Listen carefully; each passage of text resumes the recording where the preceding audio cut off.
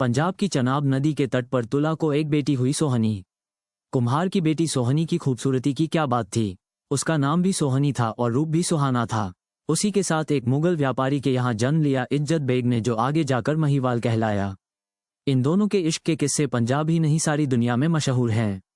घुमक्कड़ इज्जत बेग ने पिताजी से अनुमति लेकर देश भ्रमण का फैसला किया। दिल्ली में उसका दिल नहीं लगा तो वो लाहौर चला गया। वहां भी जब उसे सुकून नहीं मिला तो वो घर लौटने लगा। रास्ते में वो गुजरात में एक जगह रुककर तुला के बर्तन देखने गया, लेकिन उसकी बेटी सोहनी को देखते ही सब कुछ भूल गया। सोहनी के इश्क में गिरफ्तार इज्जत बेग ने उसी के घर में जानवर चराने की नौकरी कर ली। पंजाब में भैंसों को माहिया कहा जाता है, इसलिए भैंसों को चराने वाला इज्जत बेग महिवाल कहलाने लगा।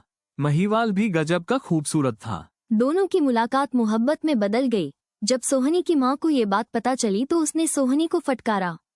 तब सोहनी ने बताया कि किस तरह उसके प्यार में व्यापारी महिवाल भैंस चराने वाला बना। उसने ये भी चेतावनी दी कि यदि उसे महिवाल नहीं मिला तो वह जान दे देगी। सोहनी की मां ने महिवाल को अपने घर से निकाल दिया। महिवाल जंगल में जाकर सोहनी का नाम ले लेकर रोने लगा। उधर सोहनी भी महिवाल के इश्क में दीवानी थी। उसकी शादी किसी और से कर दी गई, लेकिन सोहनी ने उसे कबूल नहीं किया। उधर महिवाल ने अपने खूने दिल से लिखा खत सोहनी को भिजवाया। खत पढ़कर सोहनी ने जवाब दिया कि मैं तुम्हारी थी और तुम्हारी ही रहूंगी।